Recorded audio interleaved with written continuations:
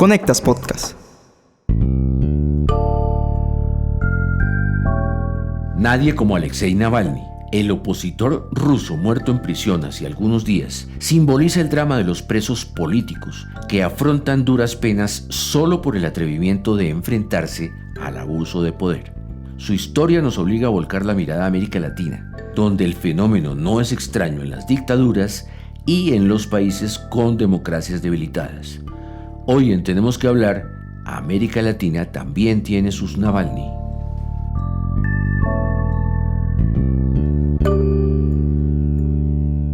Hola, soy Mauricio Sáenz y les doy la bienvenida a un nuevo episodio de este podcast semanal en el que abordamos diversos temas de América Latina porque tenemos que hablar. Conectas Podcast presenta Tenemos que Hablar, El análisis semanal para comprender la actualidad de América Latina, realizado por la mesa editorial de Conectas, la plataforma periodística con miembros en 19 países de la región.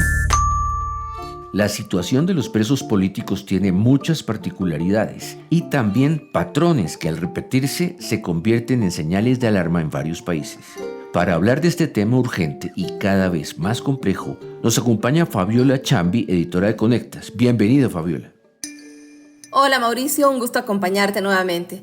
Como decías en la introducción, el caso del opositor ruso Alexei Navalny ha generado conmoción en la comunidad internacional, sobre todo por la forma en que se develaron los hechos, o más bien, por cómo se siguen escondiendo o normalizando estos hechos. Y claro, es inevitable mirar más cerca a casa y ver lo que está sucediendo y lamentablemente la situación es muy preocupante. Al hablar de este tema en América Latina, pues es necesario mencionar en primer lugar 3 países: Cuba, Nicaragua y Venezuela, donde ya nos sorprenden los niveles de represión que existen contra los opositores. Pero primero definamos el término, Fabiola. ¿De quiénes hablamos cuando hablamos de presos políticos? ¿Cómo se configura el concepto? Es una pregunta clave, Mauricio, y difícil de responder, ya que hay diversos criterios para definir a los prisioneros políticos basados en el derecho internacional.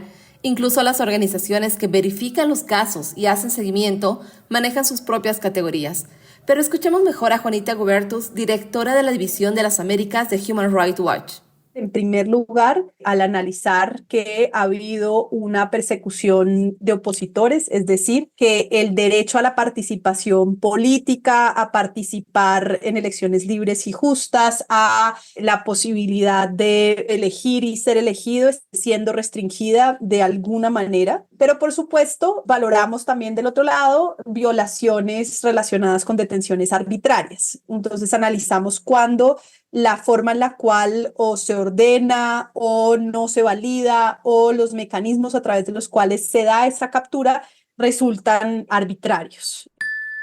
Esa misma complejidad hace que las ONG solo puedan tener cifras aproximadas a partir de denuncias de los familiares y de las organizaciones defensoras de derechos humanos. Sí, y justo para este análisis revisé un recuento que realizó el profesor de estudios políticos Miguel Ángel Martínez.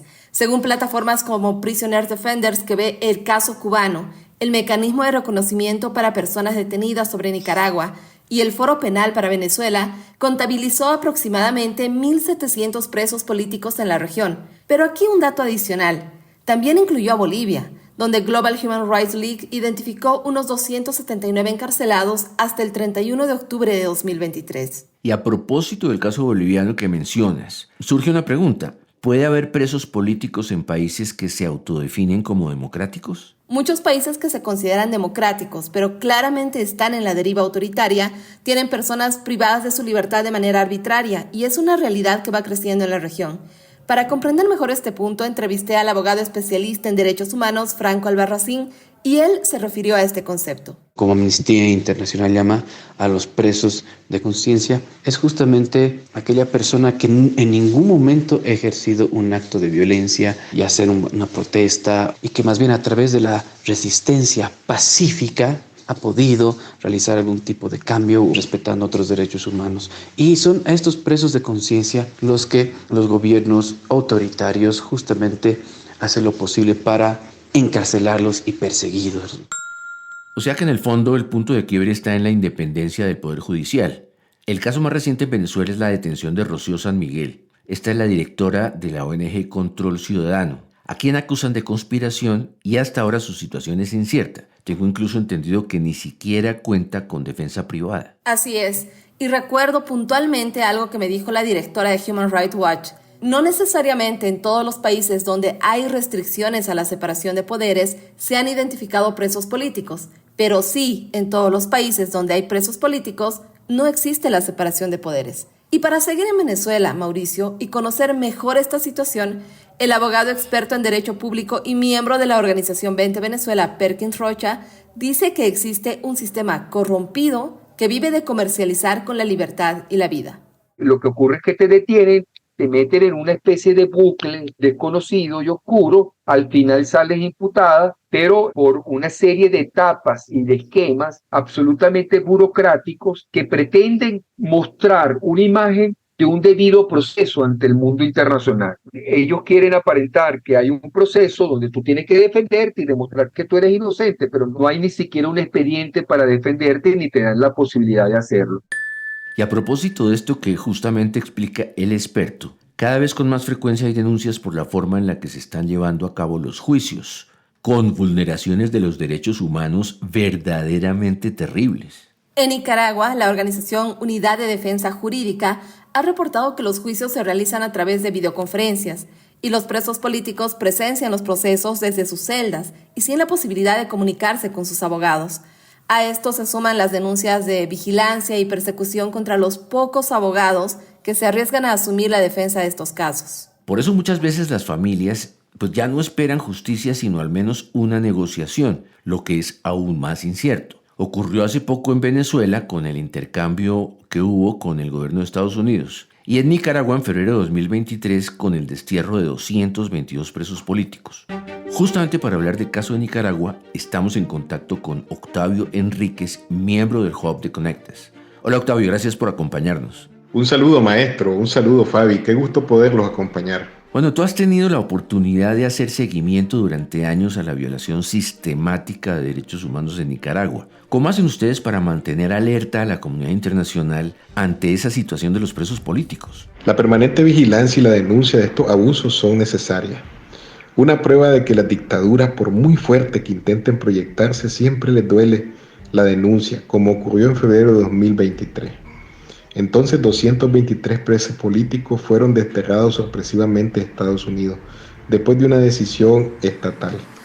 Claro, esa fue una libertad como la entiende Ortega y su cúpula. Los mandó en un avión, los declaró traidores de la patria, les quitó su nacionalidad y les conculcó sus derechos ciudadanos. No bastando con eso, en cada acto que puede los ataca y se burla, persigue a sus familiares. Es un buen retrato de su estilo de gobernar, la barbarie. Otros están en España, se sienten españoles, muy contentos de ser españoles. Ya deben hablar hasta como españoles ya, sí, seguro. Y justamente escuchábamos a Ortega haciendo algunos días esa clase de burlas. Pues muchas gracias por tu aporte, Octavio. Me despido de ustedes y muchas gracias por tener en cuenta la situación de Nicaragua. Les dejo muchos saludos a los amigos de Conectas. Volviendo contigo, Fabiola, pero las familias también tienen que enfrentar hostigamientos y a veces incluso con violencia, ¿o no? Así es, Mauricio. Y a lo que dice Octavio me gustaría agregar algo que conversé con los expertos, y es sobre esa tan añorada libertad. Porque aún fuera de la prisión, muchos de los presos se mantienen en el limbo o con el miedo constante de una nueva detención. Los derechos de estas personas siempre van a estar condicionados, sus decisiones personales, sus opciones de trabajo, su cotidianidad.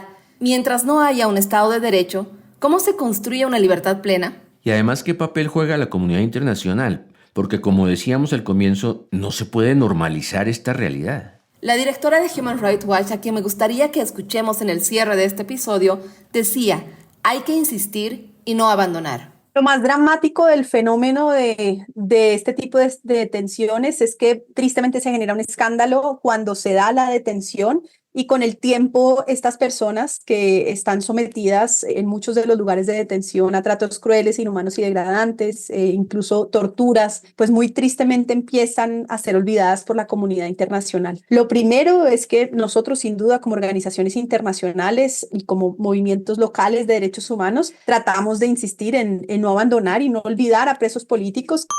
Esta reflexión final que deja me lleva a pensar en ese símbolo de resistencia que son los presos políticos. Y creo que es importante que no se quede en el silencio y el olvido. Desde la sociedad civil y desde el periodismo que ejercemos, Debemos asumir un compromiso para visibilizar estos casos, contar sus historias y mantenerlos vivos en la memoria de sus países. Y no olvidemos una realidad. La existencia de presos políticos define el nivel del deterioro de las democracias. Gracias por traernos este importante análisis, Fabiola. Gracias a ti, Mauricio, y a toda la audiencia. Y a quienes nos escucharon, los esperamos en la próxima edición de este podcast semanal de Conectas, porque tenemos que hablar. Para conocer a profundidad más contenidos de análisis sobre las Américas, visítanos en www.conectas.org. Escúchanos cada semana en Spotify, YouTube, Apple y Google Podcasts. Activa las notificaciones y déjanos tus comentarios porque en Latinoamérica tenemos que hablar.